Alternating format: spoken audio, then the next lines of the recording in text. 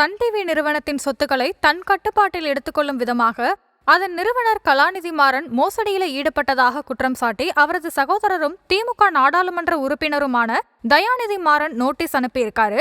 கலாநிதி மாறன் மட்டுமில்ல, அவரோட மனைவி காவேரி கலாநிதி உள்ளிட்ட மேலும் 6 பேருக்கு இந்த நோட்டீஸ் அனுப்பப்பட்டிருக்கு. சன் டிவி குழுமத்துல மட்டுமில்ல, கருணாநிதி குடும்பத்திலையும் இது ஒரு பெரிய பரபரப்பையும் அதிர்வலைகளையும் ஏற்படுத்தி இருக்கு. தமிழக முன்னாள் முதல்வரும் திமுகவோட முன்னோடியுமான கருணாநிதியோட பேரனான முன்னாள் மத்திய அமைச்சர் முரசொலி மாறனோட மகன்கள் தான் தயாநிதி மற்றும் கலாநிதி மாறன்.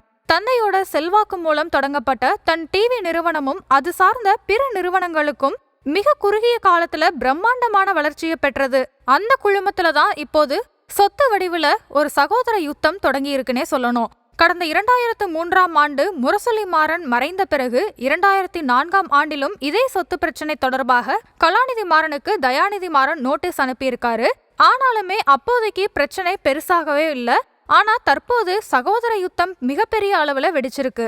ஒட்டுமொத்த நிறுவனம் மற்றும் சொத்துக்களை தனிப்பட்ட ஆதாயத்திற்காக தன்னோட கட்டுப்பாட்டுல எடுத்துக்கொள்ள மோசடி நடவடிக்கைகள் மூலமா திட்டம் தீட்டி ஏமாற்று வழிகள்ல கலாநிதி சதி செய்து இருக்காரு அப்படின்னு தயாநிதி மாறனோட நோட்டீஸ்ல தெரிவிக்கப்பட்டிருக்கு.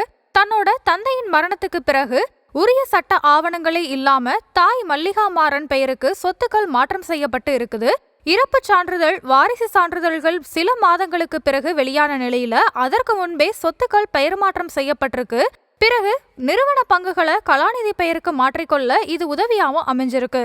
2003ல் 12 லட்சம் பங்குகள் சட்டவிரோதமாக நம்பிக்கை துரோகம் செய்து மாற்றப்பட்டிருக்கு. கடந்த 2003ல் இருந்து சட்டவிரோதமாக பெற்ற பண பலன்களான TV10 சொத்துக்கள் வருமானம் அனைத்தையும் கலாநிதி காவேரியும் கலாநிதி முரசொலி மாறனோட வாரிசுதாரர்களுக்கு திருப்பி தரணும் அப்படின்னு அந்த நோட்டீஸ்ல தெரிவிக்கப்பட்டிருக்குது.